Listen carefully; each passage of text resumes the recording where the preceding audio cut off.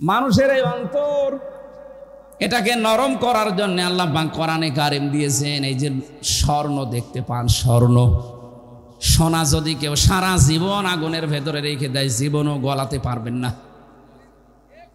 এর ভেতরে যদি সোহাগা ছিটিয়ে দেন, সঙ্গে সঙ্গে পানি হয়ে যাবে। মানুষের অন্তর আল্লাহ ওইভাবে বানিয়েছেন।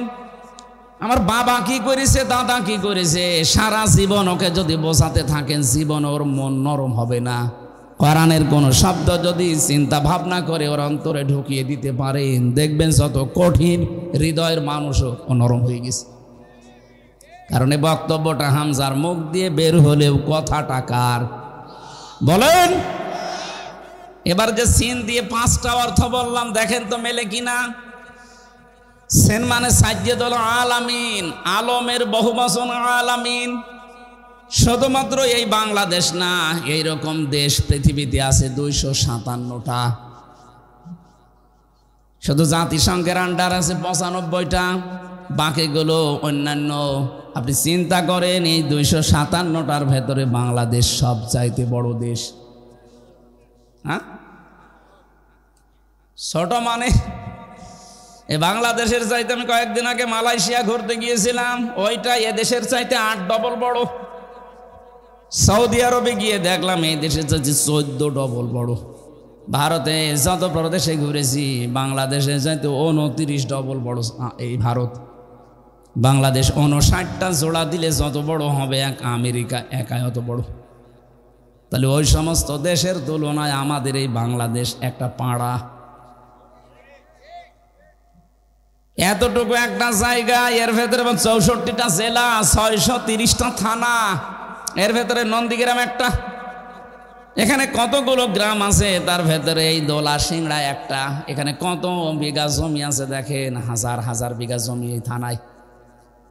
এর ভেতরে এই জায়গাটা একটা মাত্র জায়গা।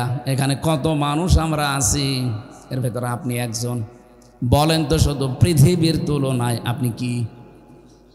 এরকম বিশাল পৃথিবী, এই যে তারকা দেখতে পান মিটি মিটি করে জ্বলে, বিজ্ঞান বলছে এইরকম পৃথিবী 27টা জোড়া দিলে যত বড় হবে এক তারকা তার চাইতে বড়। এত বড় বড় বিশাল তারকা যখন ব্ল্যাক হোলের পাশ দিয়ে যায়, ব্ল্যাক হোল তখন চকলেটের মতো চুষে খেয়ে ফেলে। মিল্কি ওয়ে বানিয়েছে আল্লাহ, ছায়াপথ বানিয়েছে, নিহারিকা বানিয়েছে। এই যে সূর্যটা 13 লক্ষ গুণ বড় এই পৃথিবীর চাইতে, 13 লক্ষ গুণ। আপনার মাথা এমনি আউলিয়ে যাবে। তাহলে আলামিন দিয়ে আল্লাহ কি বুঝিয়েছেন দেখেছেন? শুধু এই বাংলাদেশ না, শুধু এই পৃথিবী না, যত জগৎ আল্লাহ বানিয়েছেন, যত জগৎ, সব জায়গায় আল্লাহর কথা যেমন চলে, মুহাম্মাদুর রাসূলুল্লাহর কথাও ওইরকম চলে। এর ব্যাখ্যা পাবেন সূরা আলাম নাসরা 4 নম্বর আয়াতে, ওয়ারাফা'না লাকা যিকরাক। হে নবী, আপনার মর্যাদা, আপনার নাম আমি কি উপরে তুলে দেইনি? কত উপরে তুলেছি জানেন? এ তামাম দুনিয়ায় একটা সেকেন্ডও বাদ যায় না যেখানে আল্লাহর নাম উচ্চারণ হয় না। শুধুমাত্র এই বাংলাদেশেই 13 মিনিট একাধারে আল্লাহর নাম উচ্চারণ হয়। আপনি টেকনাফ থেকে শুরু করেন আজান দেওয়া, পঞ্চগড়ের তেতুলিয়ার বাংলা বান্দা পর্যন্ত যান, এই 1100 কিলোমিটারের ভেতরে 13 মিনিট একাধারে আজান হয়। কথা বুঝতেছেন না? বোঝেননি? টেকনাফেরও একেবারে শেষ মাথা, যেখানে টেকনাফ নদী, নাফ নদী, একেবারে বাংলাদেশের শেষ গ্রাম যেখানে, ওখানে যখন আল্লাহু আকবার আজান দেয়, ওর হয়তো 2 মিনিট পরে কক্সবাজারে দেয়, ওর 2 মিনিট পরে চট্টগ্রামে দেয়, ওর 2 মিনিট পরে টাঙ্গাইল দেয়, ওর 2 মিনিট পরে দেখবেন দিচ্ছে হয়তো রংপুরে, এর 2 মিনিট পরে ঠাকুরগাঁও, এর 2 মিনিট পরে বাংলা বান্দা। পুরাটা হিসাব করে আমরা দেখেছি 13 মিনিট একাধারে আল্লাহর নাম হতেই আছে। এতটুকু দেশে যদি 13 মিনিট একাধারে হয়, 257টা রাষ্ট্র, তাও কত বড় বড় রাষ্ট্রের খবর দিলাম বলেন। এ তামাম দুনিয়ায় একটা সেকেন্ডও বাদ যায় না যেখানে আল্লাহু আকবার শব্দ উচ্চারণ হয় না।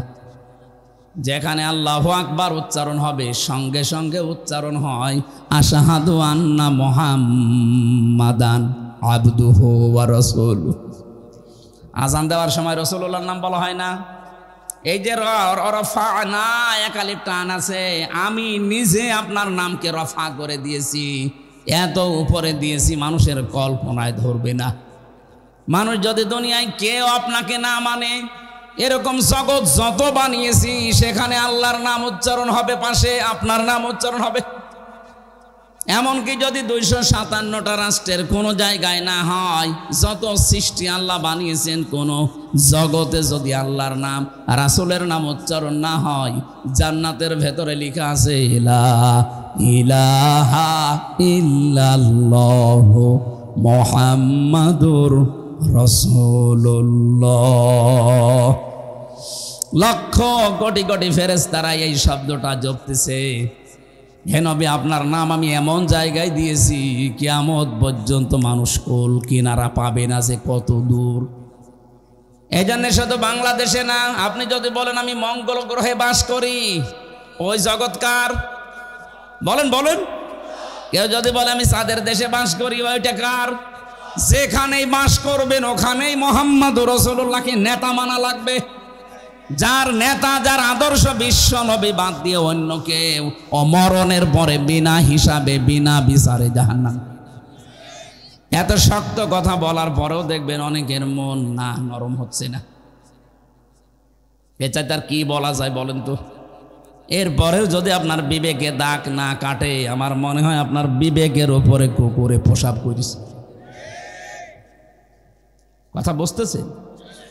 এই যে হাঁ করে আছেন কোন কারণে? হ্যাঁ,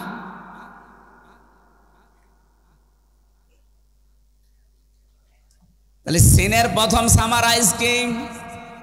যত জগৎ আল্লাহ বানিয়েছেন এটা নাজ্জালুল আমরু বাইনা হুন্না, এটা সূরা তালাকের ভেতরে আছে। যত জগৎ আল্লাহ বানিয়েছেন প্রত্যেকটি জায়গায় আল্লাহর বিধিবিধান নাজিল হচ্ছে, ওখানে যারা আছে তাদের জন্য আল্লাহর বিধান ওই রকম। এখানে যেহেতু মানুষ বাস করে, মানুষের জন্য বিধান। আসমানে আল্লাহ যাদেরকে রেখেছেন সেখানে ওই রকম বিধান আল্লাহ দিয়েছেন। যত জিনিস আল্লাহ বানিয়েছে তার জন্য আলাদা আলাদা বিধান যেহেতু আছে। আর ইয়াতানাজ্জালুল আমরু বাইনা হুন্না, যত আসমান জমিন আল্লাহ বানিয়েছেন আমরা জানি 7 তবক আসমান জমিন, 7টা হলেও তো 7 জায়গায় মানুষ নেই, আছে। আসমানের উপরে হয়তো আমাদের মতো মানুষ নেই, ওখানে অন্য জাতি আছে, কি আছে আমাদের কল্পনার বাইরে, কিন্তু সেখানে আল্লাহর বিধান নাজিল হচ্ছে। সেখানে আল্লাহ ওদের জন্য কি লাগবে সেটা দিয়েছে, কিন্তু পাশাপাশি মুহাম্মদুর রাসূলুল্লাহর আদর্শ সেখানেও মানা লাগবে। প্রশ্ন আসতে পারে ওরা তো মানুষই না, কি মানবে? ওদের জন্য যেরকম, যেমন পাখি, পাখি কি মানুষ বলেন? কিন্তু পাখির জন্য আমার নবী মুহাম্মদুর রাসূলুল্লাহকে আল্লাহ রহমত করে পাঠিয়েছিলেন।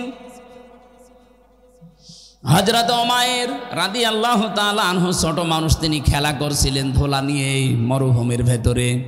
নবী যে মসজিদে নববীতে নামাজ পড়তে যাবেন, দেখলেন উমাইর একা, পাখিটা নেই।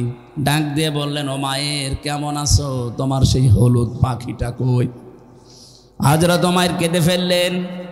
ডাক দিয়ে বলে, হে রাসূল, আপনি এত বড় মাপের মানুষ, আপনি শুধু তো এই মক্কা নগর নিয়ে চিন্তা করেন না, মদিনা নিয়ে চিন্তা করেন না। আপনাকে আল্লাহ তামাম দুনিয়ার জন্য নবী পরে পাঠিয়েছে।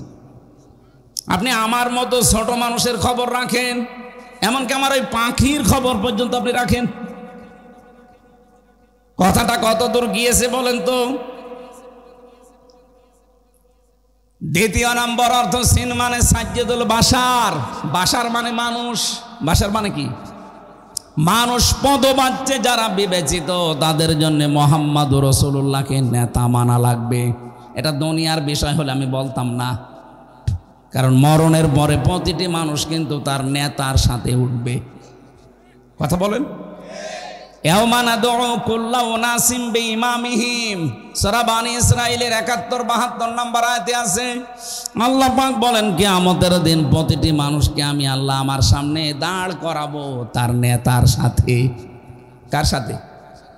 নেতা যদি মুহাম্মদুর রাসূলুল্লাহর আদর্শের অনুসারী না হয়ে লেনিনের আদর্শের অনুসারী হয়, লেনিন যে জাহান্নামে যাবে আপনাকেও কিন্তু জাহান্নামে যাওয়া লাগবে।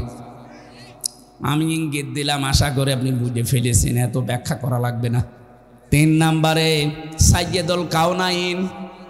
কাউনাইন মানে উভয় জগৎ, শুধু এই জগৎ না, এরপরে যে জগৎ আসতেছে ওই কিয়ামতের ময়দানের জন্য আমাদের নবী মুহাম্মদুর রাসূলুল্লাহ থাকবেন নেতা। সমস্ত নবীরা যেখানে ফেল করে যাবে সবাই এক বাক্যে বলবে আমাদের আর কিছু করার নেই, তোমরা যাও। সকলের নেতা সাইয়্যিদুল বাশার মুহাম্মদুর রাসূলুল্লাহ, তার কাছে যাও। 4 নম্বরে সাইয়্যিদুল আম্বিয়া, শুধুমাত্র মানুষ না, শুধুমাত্র দুনিয়া উভয় জগৎ না, আল্লাহ বলেন নবী যাদেরকে পাঠিয়েছিলাম তারা পর্যন্ত বিশ্ব নবীকে নেতা মেনে নিয়েছে। এই দলিলটা আছে সূরা আলে ইমরান 3 নম্বর পারা 19 নম্বর পৃষ্ঠা 12 নম্বর লাইনের, এটা 81 নম্বর আয়াতে আছে। রব্বুল আলামিন বলেন অমিনান নাসি অমিনান নাবি ওয়াইদে আখাযাল্লাহু মিসাকান নাবিয়িনা লামা আতাইতুকুম মিন কিতাবিন ওয়া হিকমা। এটা আমার উদ্দেশ্য না, শুধু আয়াতটা পড়লাম। 5 নম্বরে সাইয়্যিদুল মুরসালিন, শুধু নবী না, যারা রাসূল হয়ে এসেছিলেন দুনিয়ায়। এই পৃথিবীতে আল্লাহ রাসূল পাঠিয়েছেন কয়জন বলেন তো? 511 জন, আর বাকিগুলো সব ছিল নবী।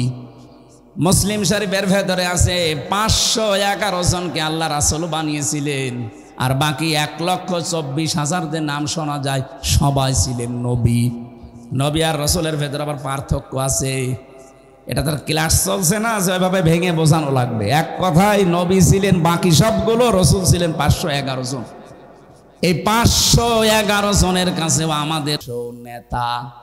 এবার আপনার মাথার ভেতরে মগজ আছে, বুদ্ধি আছে, একটু খাটান। নবীদের রাসূলদের উভয় জগতে মানুষ হিসাবে তামাম পৃথিবী এবং যত জগৎ সবাই যদি রাসূলুল্লাহকে আদর্শ মানতে পারে, বাংলাদেশের 18 কোটি মানুষের কি হয়েছে? এরা কেন তার বাবাকে মানবে? কথা বলছে না কেন? এরা কেন তার স্বামীকে মানতে যাবে? এদের তো একমাত্র কেবলমাত্র শুধুমাত্র আদর্শ হওয়া লাগবে, নেতা হওয়া লাগবে মুহাম্মদুর রাসূলুল্লাহ। এবার আপনি যান, ইয়াসিন পড়বেন না তোহা পড়বেন, পড়েন। 29টা হরফের ভেতরে নবীজির গুণগান আর নামের মর্যাদাগুলো আল্লাহ এমন ভাবে সাজিয়েছিলেন। আজকের তেলাওয়াতকৃত আয়াত সূরা বাকারা, মাত্র একটা আয়াত পড়েছি, এর মনে হয় 3 ভাগের 1 ভাগের কথা আজকে শেষ হবে। আমাদের আজকের আলোচনার বিষয় আমি সাজিয়ে নিয়েছি। আলোচনার বিষয় হচ্ছে ঢোকো বা প্রবেশ করো। কি বললাম? প্রবেশ করা লাগবে। কোথায় প্রবেশ করবেন এই কথাটা আল্লাহ কোরআন দিয়ে আমাদেরকে জানিয়ে দিয়েছেন। 2টা শব্দের ব্যাখ্যা খুব গুরুত্বপূর্ণ, সালমন আর সিলমন। আমি আলেম যদি এখানে থাকেন তাদেরকে একটু চিন্তা করার জন্য বলবো। আল্লাহ পাক ঘোষণা দিচ্ছেন ইয়া আইয়ুহাল্লাযীনা আমানু। এই ভালো করে শুনবেন, আল্লাহ ডাক দিয়েছেন কোনো বেঈমানকে না। ওহে যারা বেঈমান না, ওহে যারা ঈমানের দাবি করো তাদেরকে বলছি। এখন আমার প্রশ্ন, আমরা কি ঈমানদার না বেঈমান? আপনার ঈমান আছে কিনা আপনি জোর করে বললে হবে। নবীজির কাছে সাহাবী প্রশ্ন করলেন, হে নবী, আমার যে ঈমান আছে আমি কি করে টের পাবো? আমার যে ঈমান আছে ভেতরে আমি কিভাবে টের পাবো? এর লক্ষণ কি? নবীজি বললেন ইযা সাররাতকা হাসানাতুকা ওয়া সাআতকা সাজ্জিয়াতুকা ফান্তা মুমিন। যখন তোমার ভালো কাজগুলো তোমাকে আনন্দ দেবে আর অন্যায় কাজ দেখলেই ভেতর থেকে একটা বাধা আসবে, তখন বুঝবে তোমার ঈমান আছে। বলেন তো 15.5 বছরে অন্যায় কাজ দেখলেই বাধা এসেছে না? অনেকের আরো আনন্দ লাগতো, অথচ লোকটা হাজী সাহেব কথা বলেন না কেন? প্রকাশ্য মানবতা বিরোধী কাজ চলছে, আল্লাহ রাসূল বিরোধী কাজ চলছে, ইসলাম বিরোধী। ভেতর থেকে একটা বাধা আসা, ধাক্কা আসা দূরের কথা, না আরো আনন্দ পেত। আরো যারা কনসার্ট দিতেন, উলঙ্গ অর্ধ উলঙ্গ নাচের ব্যবস্থা করতেন, এইটার দ্বারা যুব সমাজ ধ্বংস হইতো। কথা বলেন না কেন? কিছু না হোক ওখানে নারী পুরুষের অ্যাক্সিডেন্ট হইতো। অ্যাক্সিডেন্ট বোঝেন, অন্তত ধাক্কা তো লাগতো। এই সমস্ত জায়গা যারা 1 মাস 1.5 মাস 3 মাস ব্যাপী অনুষ্ঠান করতেন, এদেশের হাজারো মানুষ ওটা তো নিষেধ করা, রাগ করা দূরের কথা, আরো মনে মনে সাপোর্ট করতো। মানুষ একটু কি আনন্দ করবে না? আরে ভাই, আনন্দ করতে যে ওর আসল জিনিস হারিয়ে যাচ্ছে। হযরত আদম নবীকে আল্লাহ যেই দিন বিবাহ দিয়ে দেন হাওয়া আলাইহিস সালামের সাথে জান্নাতের ভেতরে, আমি আলেমদের বলছি, ওই সময় কিন্তু হাওয়া হযরত আদমকে আল্লাহ ডাক দিয়ে বলেছিলেন, ওয়াকুলনা ইয়া আদম উসকুন আনতা ওয়া যাওজুকাল জান্নাতা ওয়া কুলা মিনহা রাগাদান হাইসু শি'তুমা। এই আয়াতের ভেতরে প্রায় 5টা তথ্য আছে। আমরা শুধু আন্দাজে সাওয়াবের নিয়তে পড়ি যাই, এখান থেকে আল্লাহ যেগুলো নিতে বলে একটাও আমাদের ক্ষমতায় নেই। হযরত আদমকে আল্লাহ যখন বিয়ে দিলেন জান্নাতে, ডাক দিয়ে বললেন স্ত্রীকে নিয়ে চলে যাও। কোথায় যাবা? বাড়ি যাও। জান্নাত আমাদের আদমের বাড়ি আর আমাদের বাবার বাড়ি। কথা শুনতেছেন? জান্নাত আদমের বাড়ি, আদম যেহেতু আমাদের আদি পিতা, এজন্য আমাদের বাবার বাড়ি কোথায়? তাহলে এই আয়াত থেকে প্রথম মাসলা কি আসে? এখানে যারা আলেম বসে আছেন বলেন তো, এখান থেকে প্রথম মাসলা কি বের করা যায়? আরে ভাই, চিন্তা ভাবনা না করলে আপনি কিসের আলেম? আপনার নামের আগে আলেম লেখা আছে, মাওলানা লেখা আছে, আপনি একটা জিনিস চিন্তা ভাবনা করে বের করতে পারেন না, আপনি আর আলামিন তো সমান। আপনার তো চিন্তা করা লাগবে এই শব্দটা আল্লাহ কেন দিলেন। এটা তো জান্নাতের বিষয়, দুনিয়ায় আল্লাহ কেন দিয়েছেন? ওয়াকুলনা ইয়া আদম উসকুন আংতা শব্দটা আল্লাহ আংতা না দিলেও পারতেন। আংতা তুমি নিজে, ওয়াসাউজুকাল জান্নাহ এবং তোমার স্ত্রী জান্নাতে চলে যাও। কি সুন্দর সূক্ষ্ম বিষয় এখানে লুকিয়ে আছে। আংতা শব্দটা মানে তুমি, এটা না দিলেও তো অর্থ বাংলা হয়ে যায়। আল্লাহ কেন এই শব্দ দিলেন? আবার এটা জান্নাতের কথোপকথন, ওইটা বাদ দিয়ে আল্লাহ দুনিয়ায় আমাদেরকে দিলেন কেন? এই জন্যে দিয়েছেন কারণ পৃথিবীতে এই বিবাহ শাদী এটা কিয়ামত পর্যন্ত চলতেই থাকবে। কথা বুঝতেছেন? কিন্তু বিবাহ শাদী চললে চলবে বিপরীত লিঙ্গের সাথে, হয়তো নারীর সাথে পুরুষ, পুরুষের সাথে নারী। এখানে শুনছেন না?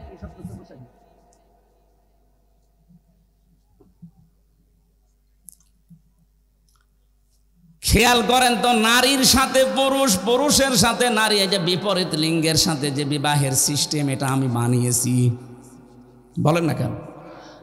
ওই যে প্রথম জান্নাতের ভেতরে আল্লাহ যে বানালেন হাওয়াকে, আল্লাহ কি ওই সময় হাওয়া আলাইহিস সালামকে না বানিয়ে, মহিলা না বানিয়ে একটা পুরুষ বানাতে পারতেন না?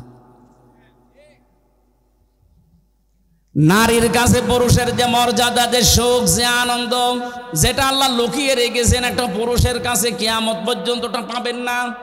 অথচ আজকে আল্লাহর এই সিস্টেমটাই অনেকে পাল্টিয়ে এখন সমকামিতা আরম্ভ করছে। গত পরশু দিনও কুষ্টিয়ায় 2 মহিলা বলছে আমরা বিয়ে করব। যদি আমাদের মেয়েতে বিয়ে না দেন আমরা 2 জনে আত্মহত্যা করব। কোথায় পৌঁছিয়েছে তারা বলেন? আল্লাহর পুরা সিস্টেম তারা পাল্টিয়ে ফেলেছে। আল্লাহ পাক আদম নবীকে হাওয়া আলাইহিস সালামের সাথে বিয়ে দিয়ে বলেছিলেন, যাও বউ নিয়ে তুমি নিজে জান্নাতে যাও। এই জন্য আল্লাহ আংতা দিয়েছেন। এখানে শব্দটার ব্যাখ্যা হচ্ছে বিয়ে করার পরে বউ নিয়ে যাওয়া লাগবে আপনার বাড়িতে, তার মানে আপনার বাবার বাড়িতে। কিন্তু কত মানুষ দেখা যায় বিয়ে করে আরও নিজে ঘর জামায় থাকে। আপনার লজ্জা নেই? ঘর জামাই আছেন এখানে কারা? হাত তোলেন তো। একজন না, আর এটা বলছি না। ঠিক আছে, থাকেন আপনি। দ্বিতীয় শিক্ষাটা কি? আজ যে বাংলাদেশে 13টা সংগঠন কাজ করছে নারীদের পক্ষে, নারী পক্ষ, নারী স্বাধীনতা আন্দোলন, নারী বিপ্লব পরিষদ, নারী মুক্তি পরিষদ, নারী ঐক্য পরিষদ, এরকম 13টা। এদের প্রত্যেকের স্লোগান মেয়েদের অধিকার সমান দেওয়া লাগবে। পুরুষরা যেভাবে কাজ করছে মহিলারা ওইভাবে কাঁধে কাঁধ মিলিয়ে কাজ করবে। আরে ভাই, এই গঠনই তো আল্লাহ পুরুষকে আর মহিলাকে আলাদা দিয়েছেন। কথা বলে না কেন? আমার এখন 33 বছর বয়স। আমার ম্যাডামের বয়স এখন 26 বছর। ওর যে বয়স আমার যে বয়স, এই বয়সে একজন পুরুষ আর একজন মহিলা দুইজনের শারীরিক গঠন কি এক? অথচ এক খাবার আমরা দুইজন খাচ্ছি, দুইজনে একই খাবার খাওয়ার পরে একই হাঁড়িতে রান্না বাড়া, একই বাড়িতে থাকা, কিন্তু শারীরিক গঠন অটোমেটিক আল্লাহ ওরটা আমারটা পাল্টিয়ে দিয়েছে। কাজও দুইজনের আলাদা, আমার কাজ বাইরে, ওর কাজ ঘরে। এখন যদি বলি না আমি পুরা পাল্টাবো, এই যে মোটর সাইকেলে করে আসার সময় যারা আসলেন, ভেতরে যে টিউব আছে, ও যদি বলে না সারা জীবন ভেতরে থাকলাম, আমার আর ভালো লাগে না, আমার গরম লাগে, আমি উপরে যাব, ও যদি উপরে আসতে চায় মোটর সাইকেল চলবে। কারণ বাইরে থাকতে হলে যে পরিমাণ প্রেশার নেওয়া লাগে, কত খোয়া, কত ইট, কত বালি, কত কাঁটা, ভেতরে যেটা আছে ওটা তো নরম, ওটা বাইরে আসলে 1 মিনিটও টিকবে না। কথা বলে না কেন? আল্লাহ এই জন্য দিয়েছেন খোলা। যারা তাফসীর ভালোভাবে পড়তে চান, বুঝতে চান, এই সূক্ষ্ম বিষয়গুলো নিয়ে বাড়ি যেয়ে চিন্তা ভাবনা করবেন। আল্লাহ বলেন, আদম তুমি নিজে স্ত্রীকে নিয়ে যাবে, এখানে আংতা দিলেন আগে, কিন্তু দ্বিতীয় শব্দে আর আংতা দেয়নি, একবারে দিয়ে বসন অকুলা। বউ নিয়ে বাড়িতে যাবা ঠিক, বাড়ি যেয়ে নিচে মরণের খাওয়া খাওয়া, এরপরে বউকে খাওয়াবা না। আল্লাহ কি অধিকার দিয়েছেন দেখলেন? মেয়েরা যদি এই অধিকারগুলো কোরআন থেকে আজ জানতে পারতো, ওরা এই অধিকারের জন্য আন্দোলন করত। ওরা জানে না, তাই ওদের ফাঁদে পা দিয়ে আজ লাফাচ্ছে যে আমাদেরও সমান অধিকার দিতে হবে। এটা চাইতেছে যে লাঞ্ছিত হচ্ছে, ইজ্জত হারাচ্ছে, সম্ভ্রম নষ্ট হয়ে যাচ্ছে, ওর মান সম্মান সব ধুলাই মিশে যাচ্ছে। বিশ্ববিদ্যালয়ে যখন ছিলাম, সে 15 সালে 16 সালে বের হয়েছি আমি, ওই সময় বাসে যেতাম মাহফিলে, যশোরে ওই যে পালবাড়ি মোড়ে যেয়ে দাঁড়িয়ে আছে আসরের সময়, দেখি যশোর MM কলেজের মেয়েরা মিছিল নিয়ে আসতেছে ইফটিজিং এর বিরুদ্ধে ডাইরেক্ট অ্যাকশন। একটা যুবতী মেয়ে, 18-20 বছর, 22 বছর, 25 বছরের মেয়ে, বুকে কোনো ওড়না নেই, স্কিন টাইট প্যান্ট পরা আর গেঞ্জি গায়ে দেওয়া, এক হাত দিয়ে ব্যানার ধরে আছে আর এক হাত দিয়ে বলছে ইফটিজিং এর বিরুদ্ধে ডাইরেক্ট অ্যাকশন। বলেন তো এইরকম বয়সী মেয়েদের কেমন লাগে? চিন্তা করলাম, আল্লাহ যে মিছিল আসতেছে, এখন তো দিনকাল ভালো না, আর নির্বাচন গেল 14 সালে। পুলিশ যদি আমার ধরে মিছিলের পাশ থেকে কোন সালের অপরাধী বলে আবার চালিয়ে দেয়। নিরাপদে গেলাম, এক চার দোকানে বসে ভান ধরে আছি যে চা খাচ্ছি, হঠাৎ দেখি পাশে এক পুলিশ। আরে ভাই, আপনার যন্ত্রণায় আসলাম আর আপনি আমার সামনে। পুলিশ আমারে বলছে, হুজুর একটা কথা বলি। বলেন। এই যে মিছিল আসতেছে, যশোর MM কলেজের মেয়েরা সবই 22 বছর 25 বছর বয়সী, অনার্সে মাস্টার্সে পড়ে। এরা এক হাতে ব্যানার, এক হাতে যেভাবে ইফটিজিং এর বিরুদ্ধে ডাইরেক্ট অ্যাকশন দিচ্ছে। হুজুর আমার সত্যি কথা বলতে এদের মিছিল দেখে মনে হচ্ছে আমি ইফটিজিং আগে করি। ঠিকই বলিস।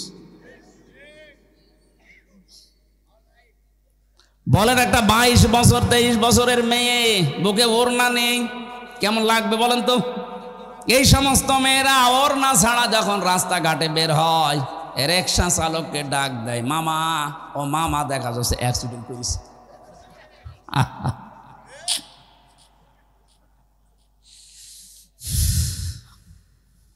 এই জন্য কোলা শব্দটার তাফসির আপনারা বেশি বেশি দেখবেন, মেয়েদেরকে বোঝাবেন। অকুলা দ্বিবচন দিয়েছেন, মাঝখানে আংতা নেই। আল্লাহ জানাতে চেয়েছেন, হে আদম, নিজে যা খাবা ঠিক ওই মানের খাবার বউকে খাওয়াবা। অনেকে আমরা নিজেরা বাইরে থেকে মরণের খাওয়া খাই, মানসম্মত খাবার খাই, আর বাড়ি বউ খাচ্ছে পান্তা ভাত। না, আপনি হিসাব দিতে হবে। এখন বলেন, হুজুর আপনি যা খান বাড়ি থাকেন। আরে ভাই, আমি তো কিনে খাই না, আমি সব আপনাদেরটা, আমার সব পরে পরে চলছে।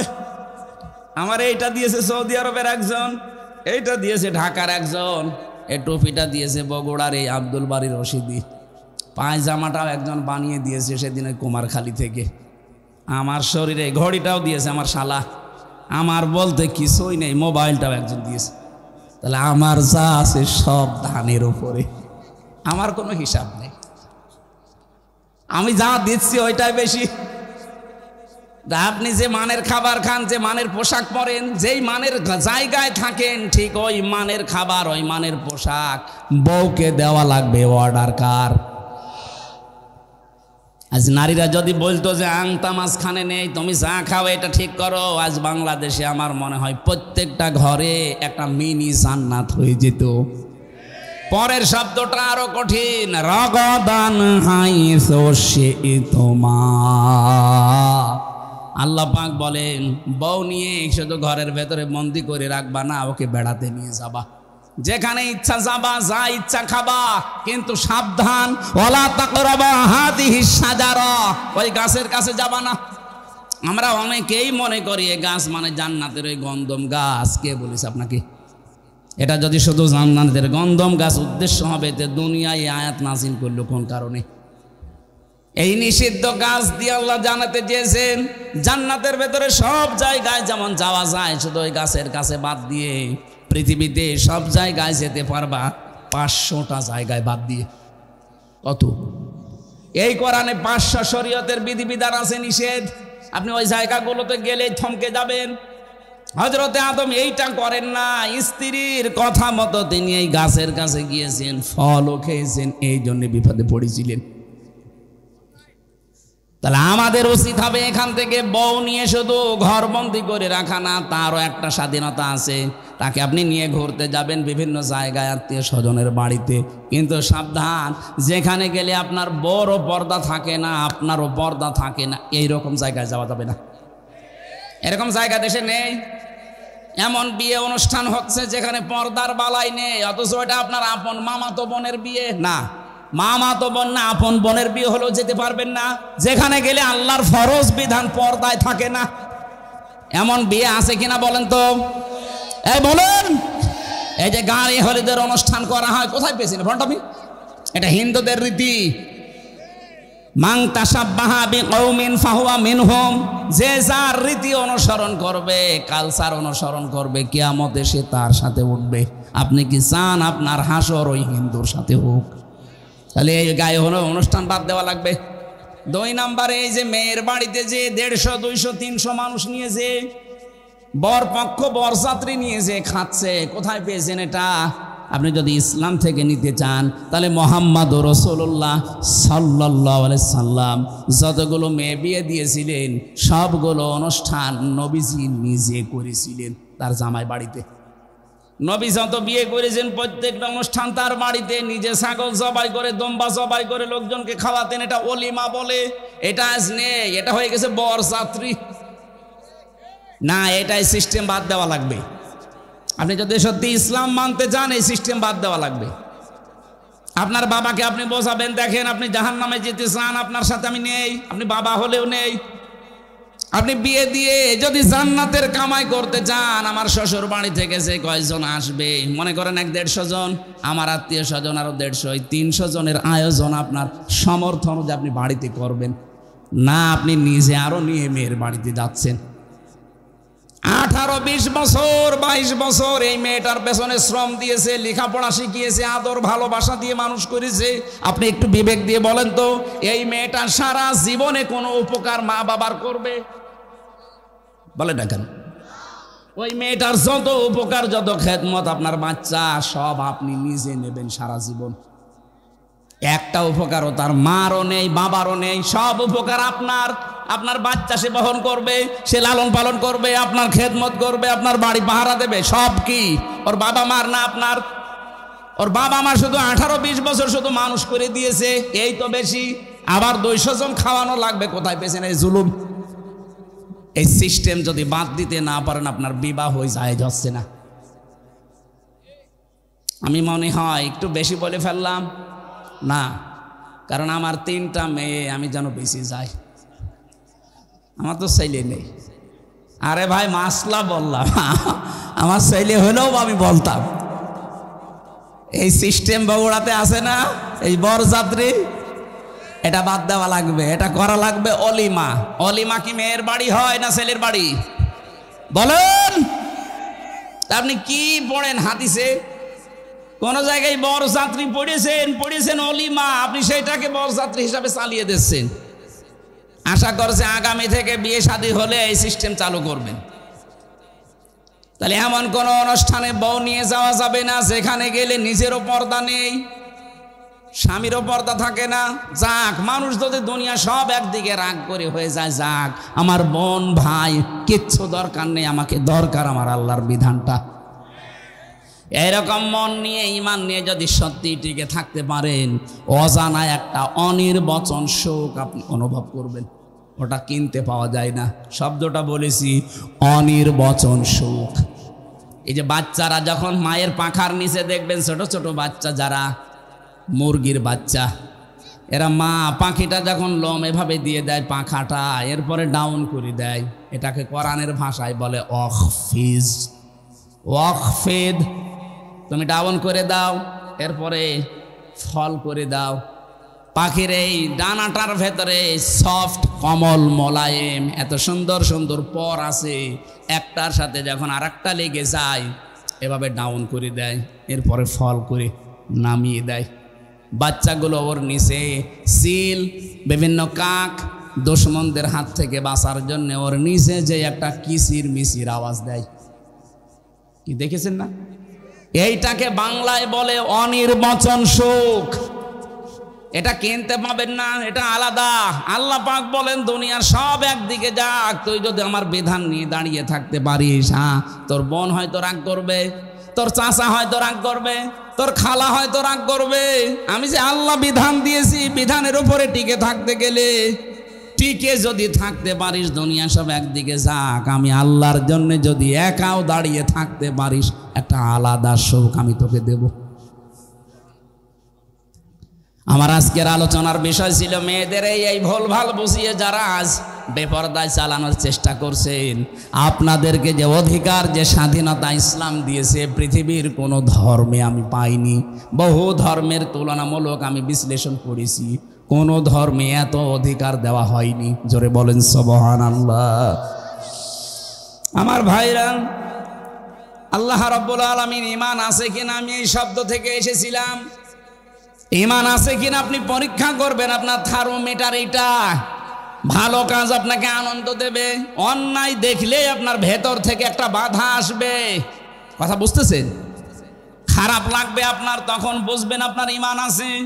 এরকম ঈমানদারকে আল্লাহ ডাক দিয়ে জানিয়েছেন, উদখুলু ফিস-সিলমি কাফা, তোমরা প্রবেশ করো পুরাপুরি ইসলামে। কেন সিলমন দিলাম? এখানে শব্দটা সালমন হবে, সিলমন যে কোনো একটা বললেই হয়। সিন যদি জবর দিয়ে পড়েন সালমন, তাহলে বাংলা অর্থ হবে শান্তি। আর সিলমন যদি সিনে জের দিয়ে পড়েন, বাংলা অর্থ হবে ইসলাম। আল্লাহ কি ইসলামে প্রবেশ করতে বলছেন না শান্তিতে?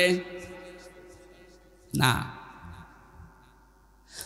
আপনি শুধু এই কোরআন শরীফ না, পৃথিবীর অনেক কোরআনে আছে যেখানে দেখবেন 7 রকম কিরাত পড়ে যে কারীরা, 7 কিরাতের কারী শোনেননি তেলাওয়াত? আন্তর্জাতিক কারী যারা, কারী আব্দুল বাসেত, ওনারা যখন তেলাওয়াত করতেন দেখবেন এই আয়াতটায় 7 রকম করে পড়তেন। ইয়া আইয়ুহাল্লাযীনা আমানু দুখুলু ফিস-সালমি কাফা, হে ঈমানদারেরা তোমরা শান্তিতে প্রবেশ করো পুরাপুরি। আরে ভাই, ইসলামে প্রবেশ করার মানেই তো শান্তিতে। ইসলাম মানে কি বলেন বলেন? এবার আসেন আমি ব্যাখ্যায় যাচ্ছি। তাহলে সিন দিয়ে জবরে পড়া যায়, জেরেও পড়া যায়। জবর দিয়ে হবে শান্তি, আর জের দিয়ে হবে ইসলাম। অধিকাংশ মুফাসসিরিন ইকরাম প্রায় 42টা তাফসীরের ভাষ্য আপনারা ইসলামে প্রবেশ করেন এই ভাষ্য দিয়েছেন। আর আধুনিক তাফসীর এখন যেগুলো বের হচ্ছে এগুলোর ভাষ্য আলাদা। আমি আগেরটা বললাম, সব মুফাসসির দিয়েছেন তোমরা প্রবেশ করো ইসলামে। হ্যাঁ, এখন ইসলামে প্রবেশ করবেন কি করে? আপনি তো আংশিক প্রবেশ করার কথা নেই, কাফা পরিপূর্ণ। আমার এবার বোঝানোর বিষয় তাফসীর থেকে আমি যেটা নোট করেছি সেইটা বলছি। এবার আল্লাহ রাব্বুল আলামিন জানিয়েছেন 5টি আলামত আপনার ভেতরে পাওয়া যাবে, আপনি যে ইসলামে পরিপূর্ণ প্রবেশ করলেন কিনা এটা আপনি বুঝবেন। কয়টা? আমি সহ যারা এখানে আছি আজকে প্রত্যেকেই মিলাবো, তারপরে বাড়ি যাব। আমরা দেখব যে এই 5টা বিষয় আমি দুনিয়ায় মানি কিনা। এই 5টা যদি আমার ভেতরে পাওয়া যায় তাহলে আমি আল্লাহর এই ভাষায় পরিপূর্ণ ইসলামে দাখিল হতে পেরেছি। আর যদি 5টার 4টা হয়, একটা হয় না, তাহলে মনে করবেন এখনো পরিপূর্ণ ইসলামে আমি প্রবেশ করতে পারি নাই। আমি কি ব্যাখ্যায় যাব এবার? আপনারা বাড়ি চলে যাবেন? থাকবেন না? 1 নাম্বার ব্যাখ্যা পেয়েছি, আত্মসমর্পণ করা। কি বললাম? বলেন বলেন। এই 5টা বিষয় আপনাকে একটা একটা করে মেলাতে হবে। আপনি যদি দেখেন হ্যাঁ 5টা আমি মানি, তাহলে আল্লাহর এই কোরআনের আয়াত কিয়ামতে আপনার পক্ষে দাঁড়াবে। উদখুলু ফিস সিলমি কাফা, পরিপূর্ণভাবে ইসলামে প্রবেশ করো। 4টা মানেন, একটা মানেন না, মনে করবেন আপনি কিয়ামতের দিনে এই আয়াতের বিরুদ্ধে দাঁড়াবে। কোরআন শরীফ যদি কারো বিরুদ্ধে চলে যায়, কি হাদিস আছে, আল কোরআন হুজ্জাতুল লাকা ওয়া আলাইকা, কোরআন যদি কারো পক্ষে সাক্ষী দেয় সে জান্নাতি, কারো পক্ষে যদি বিপক্ষে সাক্ষী দেয় সে জাহান্নামী। এই জন্য আজকের 5টা বিষয় খুব গুরুত্বপূর্ণ। না, আমি দেখতে পাচ্ছি অনেকে হাঁটাহাঁটি করছে। এরা কারা? এরা কি আসলে তাফসীর শুনতে এসেছে নাকি হাঁটার জন্যে? ও ডায়াবেটিস। এই বসেন ভাই, বসেন বসেন, আপনার জন্য পরিবেশ নষ্ট হচ্ছে, বসুন।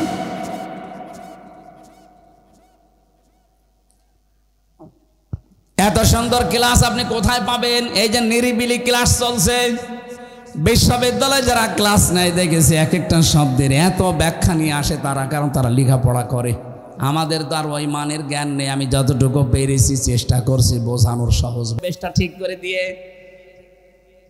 ইসলামের ভেতরে আমি পরিপূর্ণ প্রবেশ করেছি কিনা তার আলামত কয়টা? আরো জোরে ছাত্রের মতো জবাব দেন, কয়টা? 1 নাম্বারে আত্মসমর্পণ করা, 2 নাম্বারে আপনার ভেতরে ইখলাস লাগবে, 3 নাম্বারে বিশুদ্ধ আকীদা লাগবে, 4 নাম্বারে উত্তম চরিত্র লাগবে, 5 নাম্বারে লেনদেনে স্বচ্ছতা থাকা লাগবে। কয়টা বললাম? এই 5টা শব্দের ভেতরে কত কথা আছে, আমার এই ছোট মাথার ভেতরে যত আছে এরকম 1-1.5 ঘন্টা না, 5 রাত আমি একাধারে শুধু 5টা শব্দের ব্যাখ্যা করতে পারবো ইনশাআল্লাহ। আজকে প্রথমটা আমি শুরু করছি আত্মসমর্পণ। আল্লাহ রাব্বুল আলামিন সূরা মুমিন 26 নাম্বার পারা 13 নাম্বার পৃষ্ঠার 13 নাম্বার লাইনের 66 নাম্বার আয়াতে ঘোষণা দিয়েছেন যে আত্মসমর্পণ কিভাবে করবা। আল্লাহ পাক বলেন, কুল ইন্নী নুহিতু আন আ'বুদাল্লাযীনা তাদউনা মিন দুনিল্লাহ লাম্মা জাআনিয়াল বায়্যিনাতু মির রাব্বি ওয়া উমিরতু আন উসলিমা লিরাব্বিল আলামিন। বলেন আল্লাহু আকবার।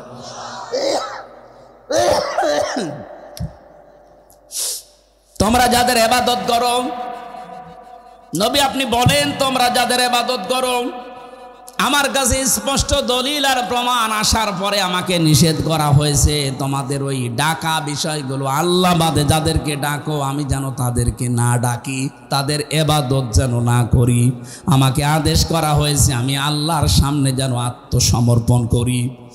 এটা করবেন কি করে? আমাদের জাতির পিতা হযরতে ইব্রাহিম দেখিয়েছেন। আল্লাহ স্মরণ করাচ্ছেন আমাদেরকে। এটা সূরা বাকারা 1 নাম্বার পারা 19 নাম্বার পৃষ্ঠা 7 নাম্বার লাইনের 131-132 নাম্বার আয়াতে আছে।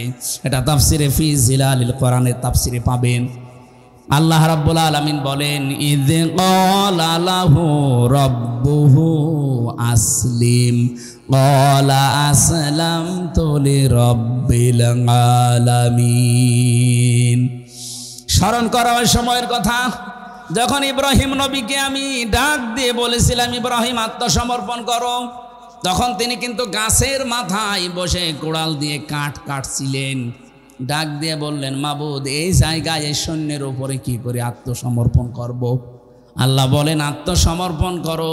কিভাবে করবা? ওখান থেকে কোড়াল দিয়ে খাতনা করে আত্মসমর্পণ করো।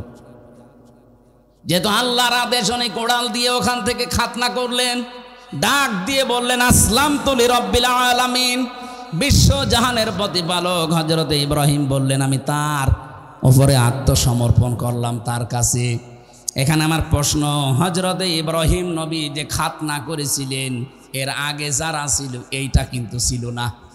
এই যে খাতনা শুরু হয়েছে ইব্রাহিম নবীর পক্ষ থেকে, এটা ইব্রাহিম নবীর সুন্নাত, তার রীতি নীতি আদর্শ। এখান থেকে বিজ্ঞান অনেকগুলো তথ্য বের করেছে। এক নম্বরে, আপনি লজ্জাস্থানের আগা যদি কেটে না দেন, অনেক সার্ম, অনেক ময়লা ওর ভেতরে জমা থাকে। এই যে হিন্দু যারা, আমি জেলখানায় যাওয়ার পরে এইটা আমার যিনি জেলার ছিল, ও দেবদুলাল, ও আসলেই মানুষ বলতো ফুল হাতা আসতেছে। ফুল হাতা বোঝেন? আমরা যারা মুসলমান, আমরা কি হাফ হাতা, আমরা কি। আর ওই দাদা যখন আসতো বলতো যে ফুল হাতা আসতেছে, তার মানে মুসলমানই দিইনি। বিজ্ঞান এখানে আমি কয়েকটা তথ্য পেয়েছি। এই জন্য অনেক হিন্দু শিক্ষিত যারা, এরা যেহেতু ধর্মীয় রীতিতে নেই, এই জন্য ভয়ে করে না, কিন্তু গোপনে অনেকে ডাক্তারের কাছে গিয়ে আগা কেটে নেয়। আপনি দেখবেন গোপনে গোপনে, আমি বহু পেয়েছি। জিজ্ঞাসা করলে বলে, বাদ দেন ওই আগের ওই মানধাত আমলের চিন্তা ভাবনা, ও ছাতা করিয়েই তো আমার জিনিসপত্র নষ্ট হয়ে যাচ্ছে। শেষে দেখা যায় গোপনে চুরি করে ডাক্তার দিয়ে বলে, ভাই আমার কেটে দিন। আরো বাকি 3টা বিষয় আছে, এগুলো এই প্লেসে বলা ঠিক না, ওগুলো আলাদা প্লেস আছে, এটা বলা যাবে না পরে। হযরতে ইব্রাহিম নবীর জীবনে 50টা পরীক্ষা আল্লাহ নিয়েছিলেন। কোরআন শরীফে এখন যদি ওই 50টা পরীক্ষার কথা আয়াত দিয়ে দিয়ে বলা হয়, কমপক্ষে 1 মিনিট করে হলো 50 মিনিট লাগবে। এটা একটা আলাদা সাবজেক্ট আছে, ইব্রাহিম নবীর জীবনের 50টা পরীক্ষা। এই যে ডোমন পুকুর কামিল মাদ্রাসা আছে না, এখানে ওরা ওই সাবজেক্ট আমাকে দিয়েছে, বলেছে আপনি নবীর জীবনে 50টা পরীক্ষা ইব্রাহিম নবী, ওইটা বলবেন। ওই জায়গায় কত দূর এখান থেকে? 4-5 কিলো। ওখানে আসবো ইনশাল্লাহ, ওই জায়গায় দেখবো। ওনার সর্বশেষ পরীক্ষা এইটা ছিল। সর্বশেষ পরীক্ষার ভেতরে আমি পেয়েছি, তিনি এই যে খাতনা করেছিলেন, আমরা যারা তার সন্তান দাবি করি, তাদের এই সুন্নাত এখান থেকে শুরু কিয়ামত পর্যন্ত আমরা যারা, তারা সব এই খাতনা করবো হযরত ইব্রাহিম আলাইহিস সালামের সুন্নাত অনুযায়ী। আল্লাহ রাব্বুল আলামিন বলেন, ইব্রাহিম এবং ইয়াকুব এই 2 জন নবীর পরের আয়াত আছে, এটা 32 নম্বর আয়াত। ওয়াসাা বিহা ইব্রাহিম বানিহি ওয়া ইয়াকুব ইয়া বানিয়া ইন্নাল্লাহা আসতাফা লাকুমুদ্দিন ফালা তামুতুন্না ইল্লা ওয়া আনতুম মুসলিমুন। বলেন আল্লাহু আকবার। এখানে আমরা যারা বাবা আছি, তাদের এবার শিক্ষা। হযরত ইব্রাহিম এবং ইয়াকুব এই 2 জন নবী বাবা ছিলেন। কি ছিলেন বলেন? তিনি তার মরণের আগে, ইন্তেকালের আগে সন্তানদেরকে ডাক দিয়ে বলেছেন, হে আমার আদরের সন্তান, ইয়া বোনাইয়া, বোনাই মানে দোলা ভাই না, বোনাইয়া মানে আদরের সন্তান, হে আমার আদরের কলিজার টুকরা সন্তান, ইন্নাল্লাহা আসতাফা লাকুমুদ্দিন, অবশ্যই আল্লাহ তোমাদের জন্য নির্বাচিত করেছেন, মনোনীত করেছেন, পছন্দ করেছেন তোমাদের জন্য দিনকে। কাকে? শব্দগুলো ভালো করে খেয়াল করবেন। ইন্নাল্লাহা আসতাফা লাকুমুদ্দিন, তোমাদের জন্য অবশ্যই আল্লাহ দিনকে মনোনীত করেছেন। এখন দিন কি? এই দিনের পরে যা আসবে, রাতের পরে আরেকটা দিন, ওই দিন বলেন না। দিনের আমি পুরা কোরআন শরীফে অর্থ পেয়েছি, দিনের অর্থ 10টা। এটা আমি তাফসীর থেকে নোট করে এনেছি। কেউ যদি দিন বলতে কিয়ামতের ময়দানে, এই যে মরণের পরে তো 2 নাম্বার প্রশ্ন হবে, এইটা মা দিনুকা, তোর দিন কি, বলবে না? বলেন 10টা বিষয় যদি আপনি বলতে পারেন যে হ্যাঁ আমি মানি, তাহলে আপনি কবরে এই প্রশ্নের জবাবে বলতে পারবেন দীনুন আল ইসলাম। এর প্রথম অর্থ দিন মানে বিচার দিন। এটা সূরা ফাতিহার 3 নাম্বার আয়াতে প্রতিদিন আমাদের মুখ দিয়ে আল্লাহ বের করে নেয়, মালিকি মালিকি। জবান খোলে কোরআনের আয়াত পড়েন, মালিকি ইয়াউমিদ্দিন।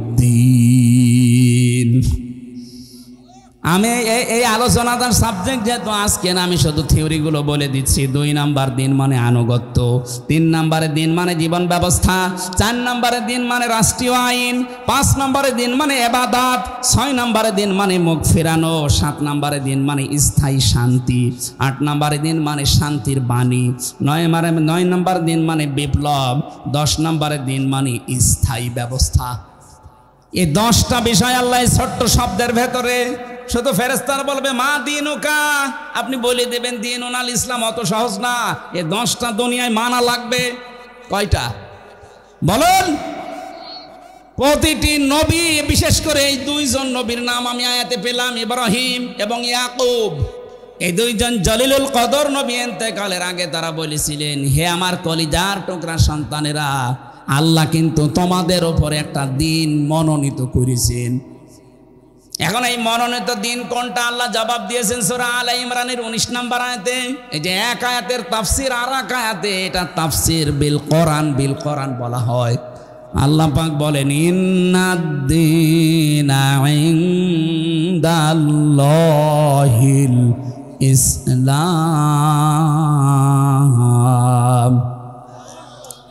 অবশ্যই তোমাদের জন্য আমি আল্লাহর কাছে মনোনীত একটা দিন আছে, তার নাম ইসলাম। এই পৃথিবীতে এখন 257টা রাষ্ট্রে 4500 ধর্ম চলছে। কত? 4500 ধর্মের ভেতরে একটা ধর্ম, একটা দিনের উপরে আল্লাহ শুধু রাজি আছে, তার নাম ইসলাম। তাহলে কি সৌভাগ্য আমাদের, আর কিছু না পায় অন্তত ইসলাম পেয়েছি। সারা পৃথিবীতে 4500 ধর্মের একটার উপর আল্লাহ রাজি নেই। এই জন্য যদি অন্য ধর্মের কোনো মানুষ এলাকায় থাকেন, এটা রেকর্ড হচ্ছে, হিন্দু হোক, বৌদ্ধ হোক, খ্রিস্টান হোক, ইহুদি হোক, আহ্বান জানাচ্ছি শান্তির ধর্মে ইসলামে আসেন। আমি আপনাকে ইসলাম কবুল করার জন্য বলছি না। এ পৃথিবীর 4500 ধর্ম যদি থাকে, 4500 ধর্মীয় গ্রন্থ আছে, কথা বলছেন না কেন? 4500 ধর্মীয় গ্রন্থ আপনি কম্পিউটারের কাছে নিয়ে যান, সুপার কম্পিউটার যেটা হাই পাওয়ারের, ওর কাছে নিয়ে যান। ওখানে নিয়ে যে ধর্মীয় গ্রন্থগুলো ধরেন, দেখবেন ভেতর থেকে আওয়াজ আসবে না, এর ভেতরে ভুল আছে। আমেরিকায় একবারে পরীক্ষা করা হয়েছিল, 4500 ধর্মগ্রন্থ একটা একটা করে দিয়েছে, প্রত্যেকটা লাল দাগ মারা আছে যে না, এর ভেতরে ভুল আছে। শুধু কোরআন শরীফের ভেতরে বলেছে কোনো ভুলের ভেতরে নেই, সন্দেহর লেশ পর্যন্ত নেই। আহ্বান জানাচ্ছে আপনাদেরকে, আপনি ইসলাম গ্রহণ করার দরকার নেই, শুধু আমাদের ধর্মীয় গ্রন্থটা একটু ব্যাখ্যা পড়েন, পুরাটা একবার পড়ে দেখেন। এই যে টনি বেলাওয়ারের শালিকা আমেরিকার লরেন বুথ, এ মহিলা অনার্স মাস্টার্স করেছে, ইরানের তেহরান বিমানবন্দরে আসার পরে বলছে, ভাই আমি ইসলাম গ্রহণ করব না, কিন্তু আমি ইসলাম জানতে চাই। বলেন তো, একটা অমুসলিম ইসলাম জানার অধিকার নেই? বলেন।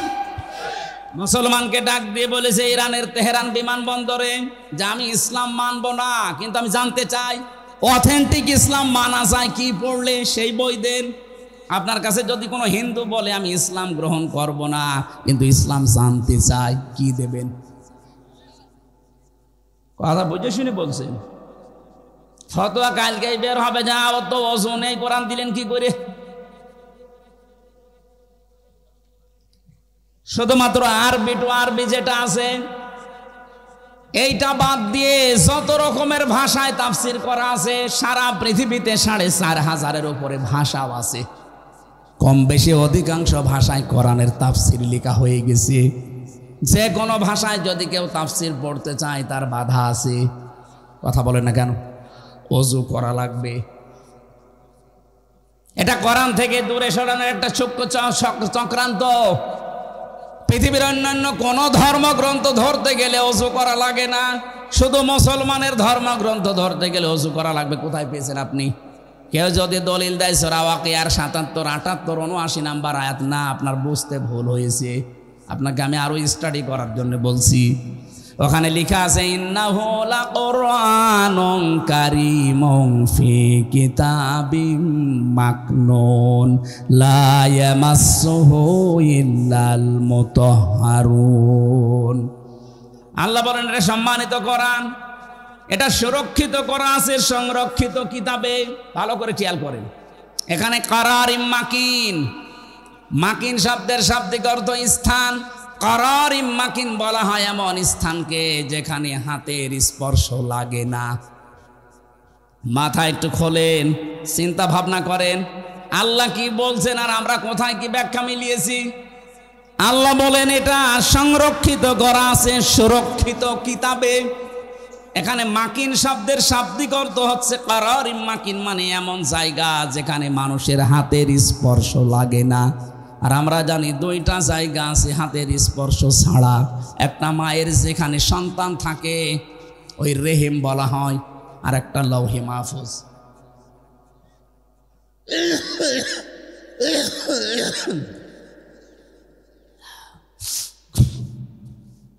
এ পর্যন্ত যদি বুঝে থাকেন, আমি সামনের আয়াতে যাচ্ছি। কারারিম মাকিন মানে কি বুঝেছেন? অন্তত আলেমরা তো বোঝার কথা। কারারিম মাকিন মানে এমন জায়গা যেখানে হাতের স্পর্শ লাগে না। আর এই যে স্পর্শ লাগে না, মায়ের ওই সন্তান থাকা জায়গায় জরায়ু বলা হয়, যেখানে সুরক্ষিত, ওখানে হাতের স্পর্শ লাগে না। আর একটা জায়গা আছে লাউহে মাহফুজ। এখানে যেহেতু কোরআনের বিষয়, এটা তো মায়ের জরায়ুর সাথে মেলে না। মেলে? বলেন না কেন? এটা মিলবে তাহলে আরশের সাথে। লাউহে মাহফুজ যেখানে কোরআন ফলকে লেখা আছে ওই জায়গায়, এটা যে ওই জায়গা তার প্রমাণ পরের আয়াত। এই জন্য তাফসির করতে হলে আগের আয়াত পরের আয়াতের সাথে সম্পর্ক কি, এটা তাফসিরের উসুলের 13টা নিয়মের 1 নাম্বার নিয়ম এটা। আপনি আন্দাজে কোনো আয়াত থেকে তাফসির করতে গেলে ভুল করে ফেলবেন। আগে দেখবেন আগের আয়াতে পরের আয়াতের সম্পর্ক কি, এর রিলেটেড কি আছে কিনা, এটা আগে মিলানো লাগবে। যেহেতু আল্লাহ পাক এখানে জরায়ুর কথা বলেননি, বলেছেন কোরআনের কথা। আর কোরআন মায়ের জরায়ু থাকে না, থাকে কোথায়? লাউহে মাহফুজে। পরের আয়াতে আল্লাহ ইঙ্গিত ওই দিকে দিয়েছেন, লা ইয়ামাসসুহু। এই যে হু, এটার ইঙ্গিত ইশারা দিয়েছেন আল্লাহ ওই লাউহে মাহফুজের দিকে। এই যে মাহফুজের দিকে, লাউহে মাহফুজের দিকে ইঙ্গিত দিলেন, কি করে বুঝলেন? এই যে মুতাহহারুন, এই শব্দটার ব্যাখ্যায় বোঝা যায়। মুতাহহারুন শব্দের শাব্দিক অর্থ হচ্ছে পবিত্র আর নিষ্পাপ। মুতাহহারুনের অর্থ কয়টা? 2টা। বলেন বলেন। 1 নম্বরে নিষ্পাপ, 2 নম্বরে পবিত্র। আপনারা যেভাবে আগ্রহ নিয়ে শুনছেন, আমি আশা করছি কোরআনে কারিম কিছু দেবে আপনাদেরকে। একটু মিলান এখান থেকে। মুতাহহারুন মানে একদিকে পবিত্র আর একদিকে না, ছাত্র তো ভালো না, নিষ্পাপ। এবার বলেন তো, পৃথিবীতে আমরা যারা আছি একেবারে নিষ্পাপ মানুষ কেউ আছে? 100 ভাগ পবিত্র কেউ আছে? এটা তাহলে অবশ্যই ফেরেশতাদের সাথে কথা বলছে না কেন? আর ফেরেশতারাই দুনিয়ার কোরআন নিয়ে নাড়াচাড়া করছে কোথায়? লৌহে মাহফুজে। বলেন বলেন। তাহলে ওযু ছাড়া কোরআন ধরা যাবে না, এ ফতোয়া দিয়ে মানুষদেরকে কোরআন থেকে দূরে সরানো, এটা ইহুদি আর খ্রিস্টানদের একটা চক্রান্ত। নবীজি টয়লেট থেকে আসলেন, টয়লেট থেকে আসার পরে তিনি পরিষ্কার পরিচ্ছন্ন হওয়ার পরে তাকে গোশত দেওয়া হয়েছে, রান্না করা, তিনি গোশত খেলেন। নবীজিকে জিজ্ঞাসা করা হচ্ছে, হে নবী, আমরা কি, হযরত ইবনে মাসউদ বলেন, আমি কি পানি নিয়ে আসবো আপনার জন্য? ওযু করবেন না? বিশ্বনবী ওই দিন বলেছিলেন, সাহাবী, আল্লাহ পাক শুধু নামাজের আগে আমাকে ওযু করার আদেশ দিয়েছেন, তাছাড়া পৃথিবীর কোনো কাজ করার আগে ওযু করা লাগবে, আমার বাধ্যবাধকতা নেই। তাহলে নামাজ ছাড়া বাকি দুনিয়ায় যত কাজ আছে, কোনো কাজের আগে ওযু করা বাধ্যতামূলক। বলেন বলেন। সেটা কোরআন পড়া হোক, সেটা হাদিস পড়া হোক, সেটা রোজা রাখা হোক। রোজা না রেখে কেউ যদি, মানে রোজা রাখবে যদি ওযু করে না রাখে, রোজা হবে না? বলেন না কেন? কোরবানি দেবে, ওযু করেনি, কোরবানি হবে না? নবীজি তো একেবারে স্পষ্টই বললেন যে নামাজ পড়া বাদ দিয়ে পৃথিবীর কোনো কাজের জন্য আল্লাহ আমাকে ওযু করার বাধ্যবাধকতা দেয়নি। তার মানে এই হাদিস থেকে প্রমাণ, এই আয়াত থেকে প্রমাণ হয় ওযু ছাড়া, শুধু আমি আপনাকে সম্মানের জন্য বলছি, আরবি টু আরবি যেটা এটা বাদ দিয়ে বাকি ব্যাখ্যা যত আছে দুনিয়ায় সব আপনি ধরতে পারবেন। আমি মনে হয় ক্লিয়ার করতে পেরেছি। যদি না হয় আপনি আলাদা বসবেন। যেই ব্যাখ্যাটায় ছিলাম আমি, দিন হিসাবে ইসলামকে যদি আপনি মানতে চান, এই মহিলা লরেন বুথ 3টা বছর কোরআনে কারিমকে একেবারে তন্ন তন্ন করে পড়েছে। আমার মতো জানাকুম আনাকুম না, প্রতিটি শব্দের 33টা করে অর্থ বের করেছে মহিলা। কি পড়া পড়েছে চিন্তা করেন। 3 বছর একাধারে পড়া কোরআন শরীফ শেষ করে ব্যাখ্যা সহ। শুধু আমার মতো বললাম না, আনাকুম জানাকুম না, পোড়াটা কি পোড়া পড়ে 53 জায়গায় লাল দাগ দিয়েছে। সংবাদ সম্মেলন করে সাংবাদিকদের বলছে, মুসলমানরা এতদিন বলতে কোরআনে ভুল নেই, আমি 53 জায়গায় ভুল পেয়েছি। কোথায় কোথায় দেখান তো। উনি প্রথমেই দেখিয়েছে সূরা নিসার 34 নম্বর আয়াত, আর রিজালু কাওয়ামুনা আলান নিসা। না, মেলা সময় হয়ে যাচ্ছে, ব্যাখ্যাগুলো আজকে আর হবে না, মেলা সময় লাগবে। এক একটা শব্দে লক্ষ লক্ষ কথা আছে। উনি শেষ পর্যন্ত সিদ্ধান্ত নিয়ে বলেছিলেন 53 জায়গার শেষ জায়গায় গিয়ে দেখলাম যেখানে ভুল ধরি তার আগের আয়াতে পরের আয়াতে এই জবাব আল্লাহ 1500 বছর আগেই দিয়ে দিয়েছে। শেষে আমার জীবনের ভুল ধরা পড়ে গেছে, আমি মুসলমান হয়ে গেলাম। ওকে বারবার সাংবাদিক বলেছিল, আপনি একটা খ্রিস্টান মহিলা, পৃথিবীতে সবচাইতে বেশি মানুষ বাস করে খ্রিস্টান ধর্মে। কোন ধর্মে? আপনি একটা খ্রিস্টান ধর্মের মানুষ, এত মানুষ আপনার ধর্মে, আপনি ওই ধর্মই বাদ দিয়ে দিলেন। মুসলমানদের ধর্ম দুনিয়ায় 2 নম্বরে আছে। কয় নম্বরে? আপনি এই ধর্মে আসলেন মানে উনি এই জবাব দিয়েছিলেন। আমি কোরআন পড়ে বুঝে এরপরে আমার জীবনের ভুল ধরার পরে আমি শেষ পর্যন্ত পরিবর্তন হয়ে নিজের বাপ দাদার ধর্ম মাইনাস করে এসেছি মুসলমান হওয়ার জন্য। যেহেতু আল্লাহর কাছে মনোনীত ধর্ম ইসলাম, আহ্বান জানাবো যারা সেই ধর্মে আছেন, আপনাকে আমি ইসলাম কবুল করার জন্য চাপাচাপি করছি না। কারণ লা ইকরাহা ফিদ্দিন, দিনে কোনো বাড়াবাড়ি নেই, জোর জবরদস্তি নেই। আপনাকে আমি পড়তে বলছি। আপনি আমাদের 4500 ধর্মগ্রন্থ দুনিয়ায়, কোরআনটা পড়ে দেখেন। লরেন বুথের মতো 1-1.5 বছর 2 বছর পড়েন, বাধ্য হবেন কোরআনের কাছে মাথা নত করে দিতে। আল্লাহর কাছে মনোনীত ধর্ম নাম কি? সূরা আলে ইমরানের 85 নম্বর আয়াতে আল্লাহ এই দলিল আর একটু বিস্তারিত দিয়েছেন। আল্লাহ পাক বলেন, ওয়ামাইয়াবতাগি গায়রাল ইসলামি দীনান ফালাই ইউকবালা মিন ওয়া হুয়া ফিল আখিরাতি মিনাল খাসিরিন। দুনিয়াতে ইসলাম বাদ দিয়ে যদি অন্য কোনো নিয়ম নীতি দিয়ে কেউ আল্লাহকে রাজি করতে চায়, ওর জীবনের কোনো ইবাদত বন্দেগী কবুল হচ্ছে না, হবে না। হুয়া ফিল আখিরাতি মিনাল খাসিরিন, সব চাইতে বড় ক্ষতিগ্রস্ত হবে লোকটা আখিরাতে। জোরে বলেন নাউজুবিল্লাহ। আমার ভাইরা, আমার নোট করা বিষয় সবগুলো আজকে আর হবে না মনে হয়। আমি 2 নম্বর বলেছিলাম, আত্মসমর্পণ করাই শুধু না, ইখলাস থাকা লাগবে আমাদের প্রতিটি কাজে। এটা দলিল দেওয়া আছে সূরা জুমারের 11 নম্বর আয়াতে। 3 নম্বরে বিশুদ্ধ আকীদা তৈরি করতে হলে শিরক আর বেদাত মুক্ত বিশ্বাস তৈরি করা লাগবে। 4 নম্বরে আমাদের চরিত্র হওয়া লাগবে উত্তম। বিশ্বনবীর চরিত্র দেখে মানুষ ইসলামে আসতো, আর আমাদের চরিত্র দেখে আজ অনেক মুসলমানও কাফের হয়ে যাচ্ছে। 5 নম্বরে লেনদেনের স্বচ্ছতা, এইটাই আসল বিষয়। কত মানুষ দেখতে মনে হয় আকাশ থেকে পালিয়ে এসেছে, অথচ টাকা ধার নিলে কথা বলছে না, দোকানে বাকি খেয়েছে, যদি দেখে দোকানে বাকি, ও দোকানের সামনে দিয়ে আর যায় না, অন্য রাস্তা দিয়ে ঘুরে যায়। এটা যে একটা ইবাদত মনেই করে না। লেনদেনের স্বচ্ছতা থাকা লাগবে। আপনি ধার নিয়েছেন টাকা, বললেন 15 দিন পরে দিয়ে দেব, 15 মাস হয়ে যাচ্ছে, খবর নেই, আপনার নামাজ রোজা সব মাঠে মারা যাবে। এই জন্য 5টা বিষয় যখন দেখবেন, হ্যাঁ দুনিয়ায় আমি মানতে পারলাম, তাহলে বুঝবেন আপনি উদখুলু ফিস সিলমি কাফা, পরিপূর্ণ আপনি ইসলামে প্রবেশ করেছেন। এটা আলামত বললাম। দ্বিতীয় নম্বর হলো তাত্তাবিউ খুতুওয়াতিশ শাইতান, শয়তানের অনুসরণ করা যাবে না তাদের পদাঙ্ক। শয়তানের অনুসরণ আছে 7টা। কয়টা? ইন্নাহু লাকুম আদুউম মুবিন, অবশ্যই সে তোমাদের প্রকাশ্য শত্রু। এবার শয়তান অনুসরণ করা, খুতুওয়াতিশ শাইতান কাকে বলে? পৃথিবীতে আমরা মনে করি শয়তান মানে ওই আসল যে শয়তান না, মানুষের ভেতরেও শয়তান আছে, তাদের অনুসরণ করা যাবে না। 1 নম্বরে যারা অপচয় করে, কি করে? দুনিয়ায় যত রকমের বড় গুনাহ আছে, জেনা করেন, আল্লাহ কিন্তু বলে না শয়তানের ভাই।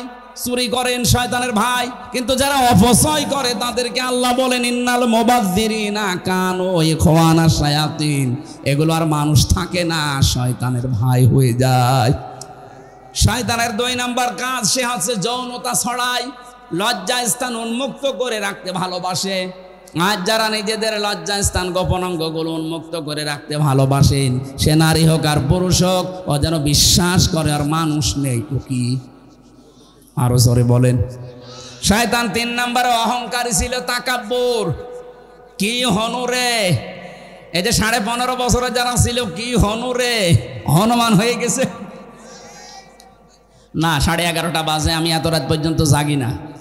10টায় মাহফিল শেষ করবেন, আগামী থেকে আসলে কথা বলবেন ইনশাল্লাহ। আজকের মতো আমি বিদায় নিলাম। আমার জেলখানায় লিখিত যে বইগুলো আছে নিয়ে যাবেন।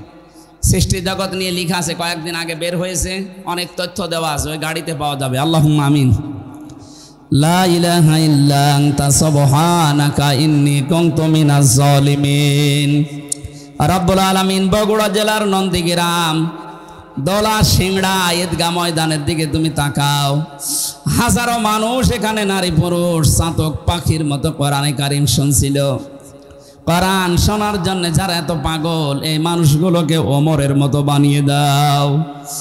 এ মাহফিলের আয়োজন করতে গিয়ে তোমার যে বান্দা বান্দিরা 1টা বছর ধরে শ্রম দিচ্ছে, সেই জেলখানা থেকে বের হওয়ার পরে এরা লেগে আছে আমার পেছনে। আল্লাহ, এত কষ্ট হয়েছে এদের এই মাহফিলটা আয়োজন করতে, বিশাল আয়োজনে। যারা টাকা দিয়েছে, পয়সা দিয়েছে, দূর দূরান্ত থেকে যারা এসেছে, প্রত্যেকের জীবনের জায়েজ আশাগুলো পূরণ করে দাও। আমি সহ যারা অসুস্থ আছি, আমাদেরকে শেফায়ে কামেলা আজেলা নসিব করো। মা বোন যারা এসেছে, আল্লাহ মা বোনদেরকে তুমি মঞ্জুর করে নাও, তাদেরকে আয়েশার মতো, খাদিজার মতো বানিয়ে দাও। যারা দাওয়াতে এসেছি, আল্লাহ তাআলা তোমার বান্দা আলামিন, তোমার এই গোলামকে তুমি মঞ্জুর করে নাও, তার মা বাবাকে মাফ করে দাও। স্ত্রী সন্তান, মা বাবা, ভাই বোন যারা আছে, তাদেরকে তুমি কবুল করো। আল্লাহ, এলাকায় মাটির নিচে কত মানুষ ঘুমিয়ে আছে, কোরআনের ইজ্জতে আজকে থেকে কবরের আযাবগুলো তুমি দূর করে দাও। মাহফিলের সভাপতি, সহসভাপতি, প্রধান অতিথি আমাদের জিয়াউর রহমান জিয়া ভাই সহ যত অতিথি এখানে এসেছি, আল্লাহ কোরআনের ইজ্জতে এদের কবুল করে নাও। আমি অসুস্থ হয়ে আছি, তুমি দেখতে পাচ্ছ। আল্লাহ তাআলা, ঔষধের কোনো ক্ষমতা নেই যতক্ষণ তোমার হুকুম না হবে। মেহেরবানি করে আমার এই ঔষধের ভেতরে তোমার হুকুমটা দিয়ে দাও, আমার শরীর যেন আগের অবস্থায়, স্বাভাবিক অবস্থায় ফিরে যায়। এই দেশটা তুমি কোরআনের হাতে তুলে দাও। কোরআনে কারিম দিয়ে 56,000 বর্গ মাইল চলছে, এটা যেন দেখে মরতে পারি, তৌফিক দাও। যে ষড়যন্ত্র চলছে বাংলাদেশ নিয়ে, আল্লাহ সব ষড়যন্ত্র চক্রান্ত সব নষ্ট করে দাও। কয়েকদিন ধরে যেগুলো চলছে, বিশেষ করে সাইফুল ইসলাম আলিফ ভাই অ্যাডভোকেট, তাকে মেরে ফেলেছে। কি কারণে মেরেছে এখনো পর্যন্ত উদ্ঘাটন হয়নি। যারা এর সাথে জড়িত তাদেরকে তুমি উলঙ্গ করে দাও। এই দেশকে তুমি শান্তি, স্বস্তি, নিরাপত্তা দিয়ে ঢেকে দাও। কখন কার কাছে আজরাইল চলে আসে জানি না। আল্লাহ তাআলা পরিপূর্ণভাবে ইসলামে প্রবেশ করার যে 5টি আলামত দিয়েছো, আমি সহ প্রত্যেকের জীবনে সেট করে দাও। বারাকাল্লাহু লানা ওয়া লাকুম ফিল কোরআনিল আযীম। মরণ আসলেই যেন পড়তে পারি লা ইলাহা ইল্লাল্লাহু মুহাম্মাদুর রাসূলুল্লাহ।